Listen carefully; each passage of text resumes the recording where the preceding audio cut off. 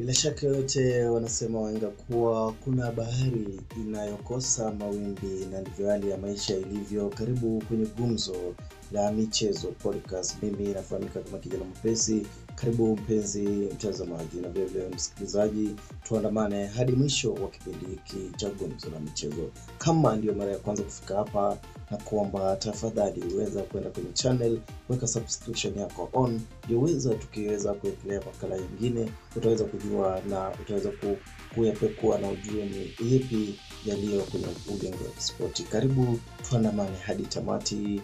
Mimi ni Kijana Mpesi. Na tunaanza na taarifa za mechi ambayo ni ya timu ya Gabon ambayo ilipiga na kuipepeta timu ya Gambia mabao 4-3 ugani Moi International Sports Center Kasarani. Na bila shaka yote walikuwa wameutumia uwanja ule uko katika nchi ya Kenya kama uwanja wa nyumbani.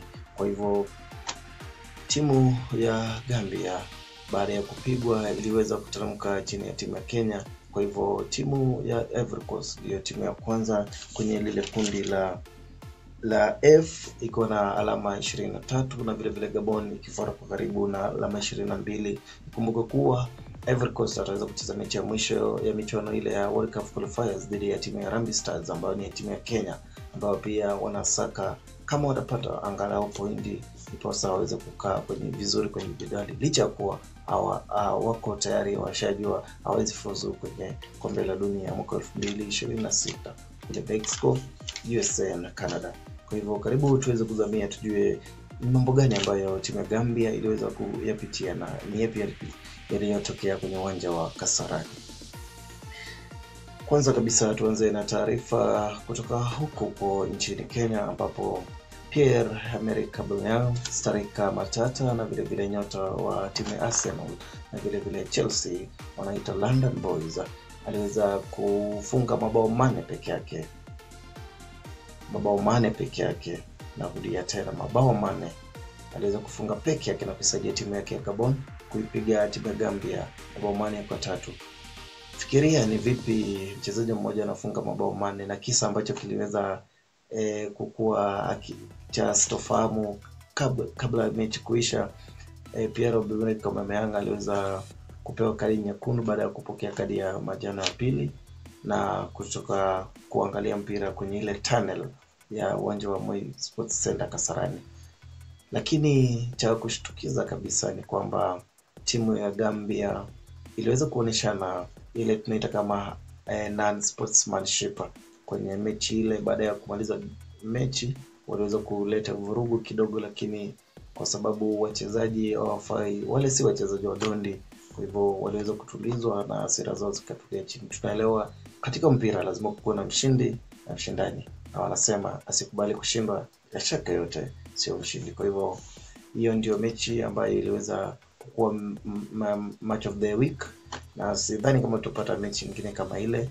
Lakini pia tukiangalia wale tunaita the Elephants League Leaders waliweza kuipepeta timu ya Seychelles mabao 7-0 kule nchini Ivory Coast ama Cote d'Ivoire ukipenda. Na mechi nyingine ambayo iliweza kupepetwa ama iliweza kuchezwa ya World Cup qualifiers ni mechi dhidi ya timu ya Rwanda ambayo ilipigwa 1-0 na timu ya Benin, huku Sao Tome na Principe ikipigwa mabao 6 na timu ya Tunisia. Kumbuka kwamba Tunisia tayari ishafuzu kwenye kombe la dunia mwaka 2026. Na mechi zingine ni kama zifuatavyo, ambapo timu ya Tanzania, wanasema watoto wa mama Tanzania, waliweza kufungwa bao 1-0 na Chipolopolo ama timu ya Zambia, na vile vile timu ya Niger ikapigwa 3-1 na timu ya Congo, huku Harambee Stars ama timu ya Kenya ikipiga Burundi bao 1-0. Kukumbuka kwamba mechi ya Harambee Stars, kijana nyota na anayecheza kule Austria Wolfsburg, aliweza kufunga bao kutokea kwenye bench, kijana Ryan Ogam. Kwa hivyo itakuwa ni mechi ya 3 mfululizo ambayo amecheza dhidi katika World Cup qualifiers na ameweza kufunga. Ikumbuka kwamba alikuwa na msimu mzuri katika michuano ya CHAN na hivyo kuweza kusaini na klabu ya kutoka kule Austria. na tuliweza kuona wiki jana akicheza mechi ya kwanza ile inaitwa debut. Kwa hivyo mechi nyingine ambayo ilicheza ni timu ya Mozambique ambayo ilifungwa na timu ya Guinea 2-1.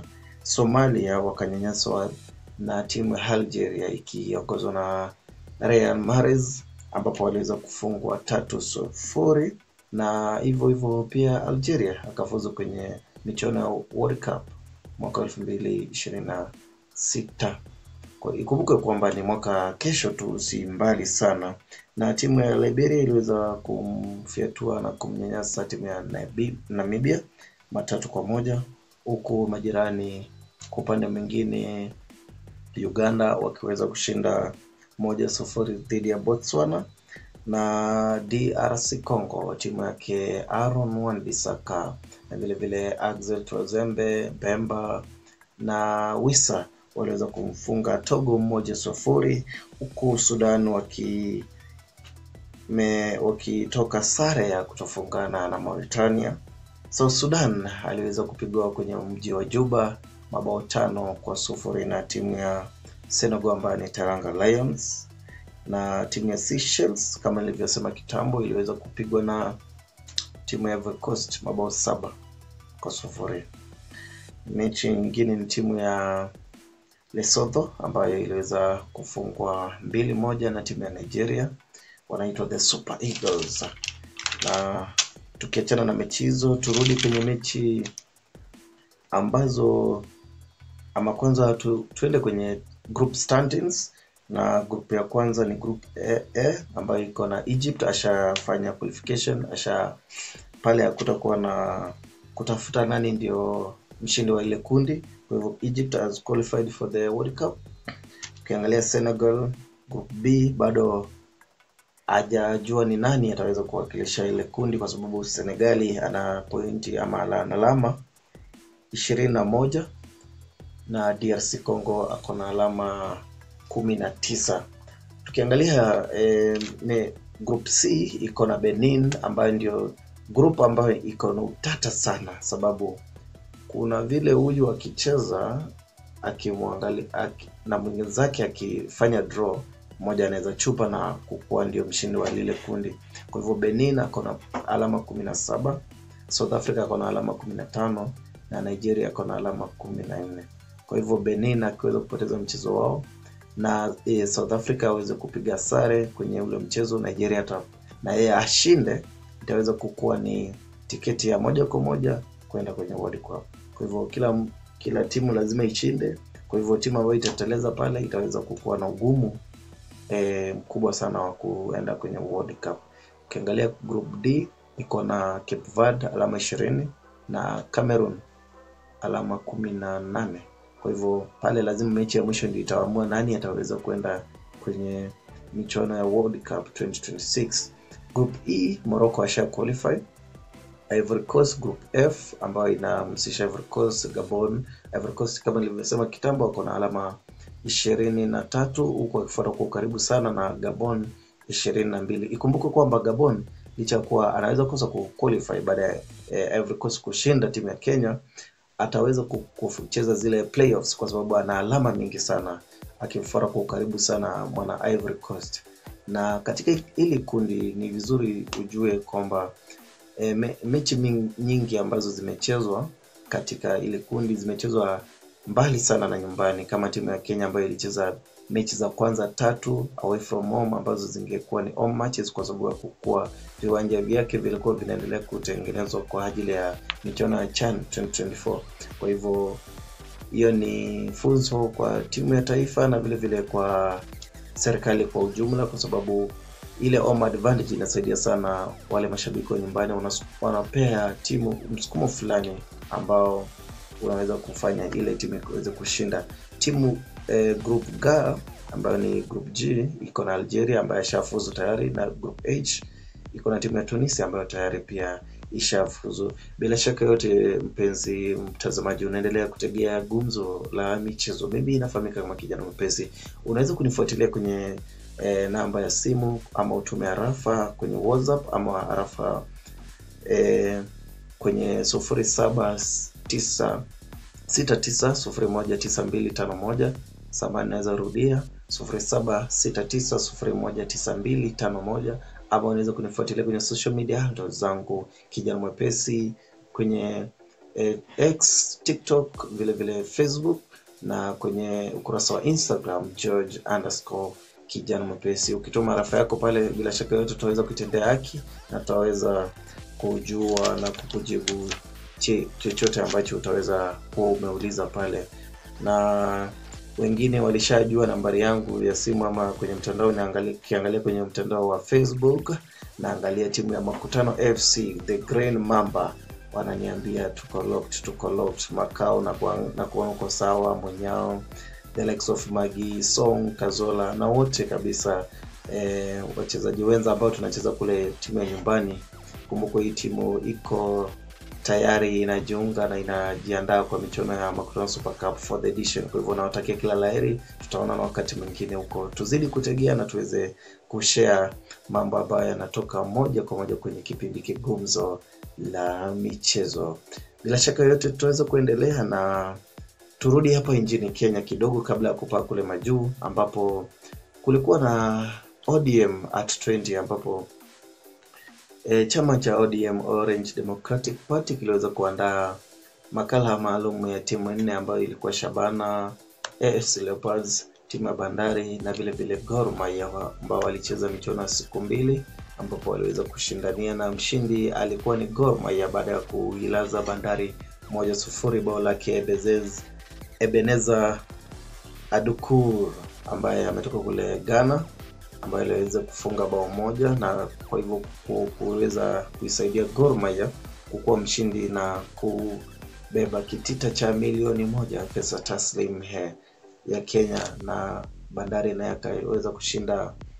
750,000, ambayo hiyo ni kama 0.75 million pesa taslim, ama wale wafahamu lugha ya Kiswahili vizuri wanasema 1,700,000. Kwa hivyo bila shaka yote katika ile mechi tunakumbuka kwamba tuliona licha ya kuwa timu ya Gor Mahia wachezaji wengi wanacheza kwenye timu ya taifa ya Harambee Stars, bado wana squad depth ambayo iliweza kucheza mechi uzuri sana. Na kitu kingine ambacho tuliweza kuona kule ni kwamba timu ya Bandari FC licha kuwa ilipata kocha mpya kutoka kule Morocco, bado inahitaji kujisatiti sana, lakini ilikuwa furaha yangu kumuona kijana mzoefu, kijana mzuri ambaye alikuwa nyota wa Harambee Stars, bado baada ya kwenda kule nchi ya Tanzania kucheza kule Hassan Abdalla, aliweza kucheza vizuri sana kwenye zile mechi bila shaka yote. Kwa hivyo hongera kwa Gor Mahia FC kwa kushinda timu ya Bandari, na baada ya wiki moja watarejea tena kambini na kujiandaa kwa ajili ya SportPesa Premier League. Na imetimia wiki tatu ama mechi tatu zimechezwa kabla ya first international break, ambapo SportPesa Premier League ilianza. Tulisema katika kipindi kilichopita Shabana ndio viongozi wa jedwali wakifuatana na Posta Rangers, na kwa hivyo Shabana na pointi ama na alama 7, Posta Rangers alama 7. Na hapo kwenye SportPesa Premier League tunaangalia ni nani kwa sasa ndio mfungaji bora, na tunakwenda moja kwa moja mpaka kule Busi Stadium, ambapo ndio makao rasmi ya timu ya Shabana, ambapo tunampata Brian Mishira Migiro, wanamuita BM10, ambaye ndiye top scorer akiwa pamoja na Asieche ambaye ni nahodha wa timu ya Mathare, ana alama ana mabao 3. Kwa hivyo bila shaka wote hao ndio league's top scorers baada ya mechi 3, wana mabao 3. Na upande mwingine wa goalkeeper mwenye anazo clean sheet mingi ni goalkeeper wa timu ya Ulinzi Stars kutoka kule mtaa wa Lang'ata, anaitwa Sylvain Rex. Ana 3 clean sheet kwa mechi zote amecheza, hajafungwa hata mechi, ana clean sheet 3. Kwa hivyo bila shaka yote hivyo ndivyo ligi ya Kenya KPL ambayo inafahamika kama SportPesa Premier League inaweza kuonekana kwa mabao na the best goalkeepers. Kwa hivyo kabla tupae kwenye rubaa za kimataifa, bila shaka yote nazidi kukumbusha kwamba kipindi ni gumzo la michezo na kijana mwepesi. Bila shaka yote unaweza kufuatilia kwenye mitandao ya kijamii kijana mwepesi, Instagram ama Facebook ama TikTok ama mtandao wa X, na ujumbe wako ambao utaweza kutuma kwetu tutaweza kutendea kina. Nikiangalia kwenye WhatsApp katika namba ya simu 0769019251, naona anasema Kali, we are locked out Meru University. Tuko na Emmanuel Muthusi, tuko vile vile na Ceci katika chuo kikuu cha Meru, anasema wako locked. Kwa hivyo asanteni sana kwa kutegea gumzo la michezo. Nashukuru sana watu wangu wa ndani sana. Nikiangalia tena kwenye SMS anasema Frankie, mimi ni Frankie na Vera, tunategea kutoka chuo kikuu cha Kenyatta. Asanteni sana warembo kwa kutegea kipindi kicho gumzo la michezo. Tunashukuru sana. Kwa hivyo mzidi kufuatilia. Na sasa tunapaa kwenye rubaa za kimataifa bila shaka yote, na tuweze kuangalia ni mechi zipi ambazo zilichezwa baada ya timu kwenda international break. Na tunaanza na mechi ambayo ilichezwa mchana.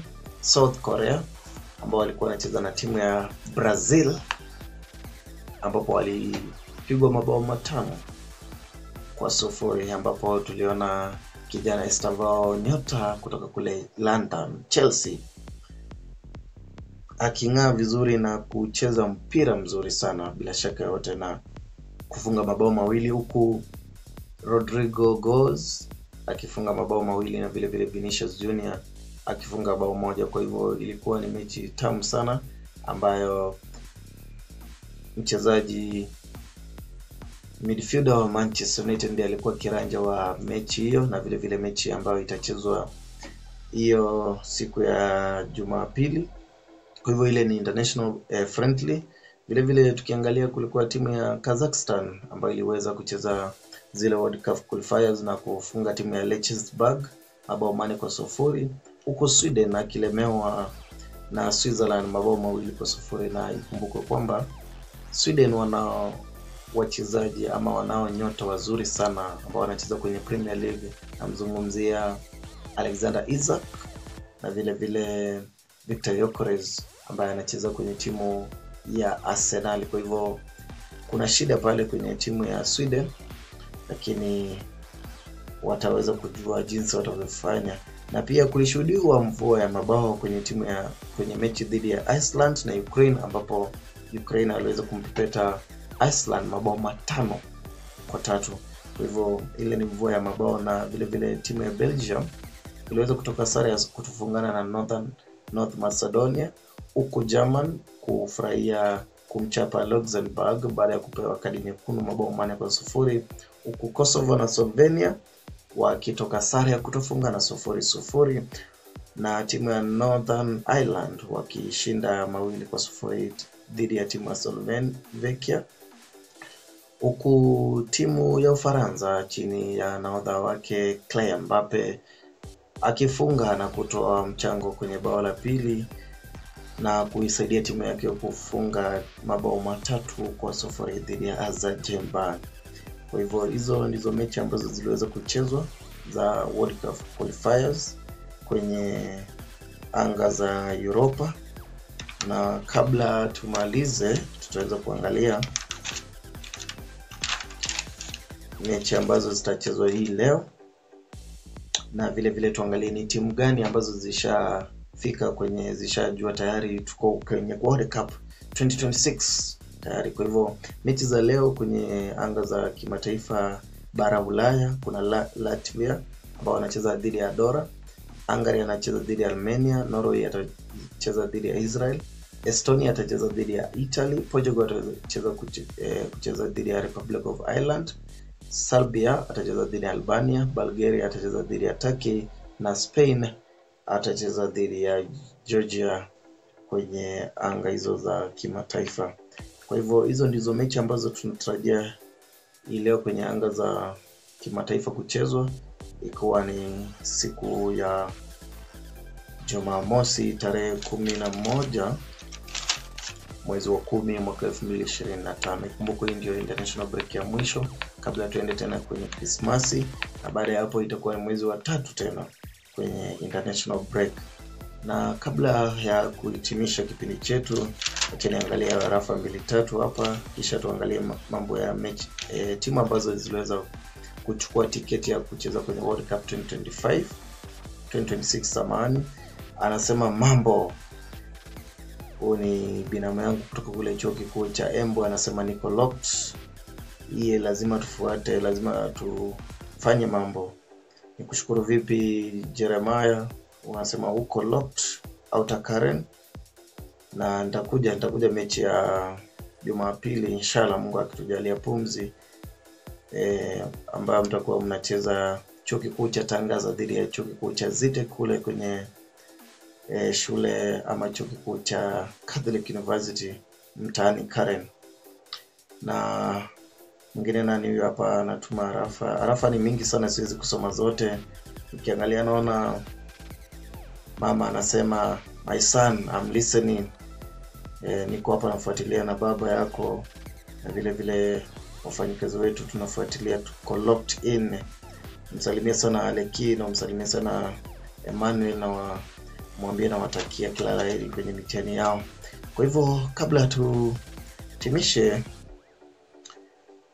kipindi chetu cha gumzo la michezo, niweze kuangalia ni timu zipi ama ni taifa zipi ambazo tayari zishapata tiketi ya moja kwa moja kwenye World Cup 2026 ambayo itaweza kuchezwa kwenye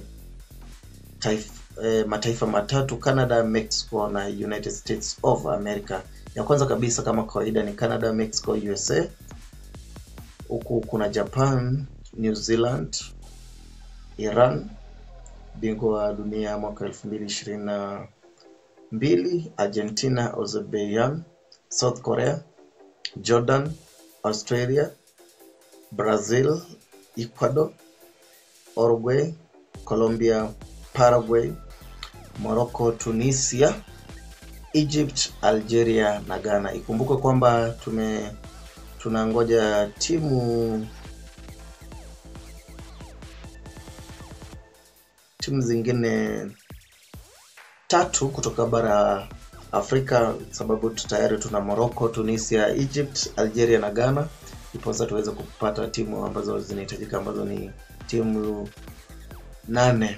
Kwa hivyo bila shaka yote, na hapa bado hatujaweka timu ambazo zinatoka kwenye bara Ulaya.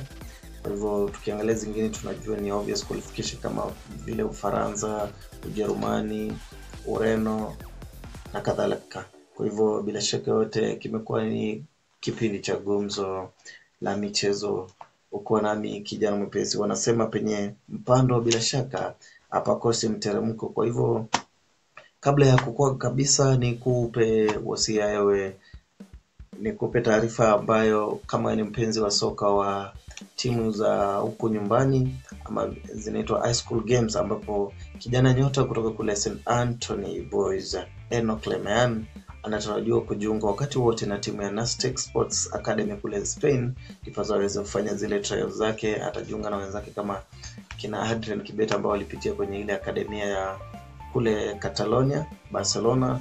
Vile vile atajiunga na kama Amos Wanjala ambao walipita kule Kasavuli, pia ambao walipita kwenye Nastic Academy. Kwa hivyo tunamtakia kila laheri, ambaye ni kijana mdogo, nyota yake iling'aa kwenye upeo wa spoti mwaka huu, ambapo walikuwa wakicheza mechi za timu za high school ambazo ni shule za upili. Kwa hivyo hizo ndizo taarifa ambazo tulikuwa tumekuandalia hivi leo za michezo.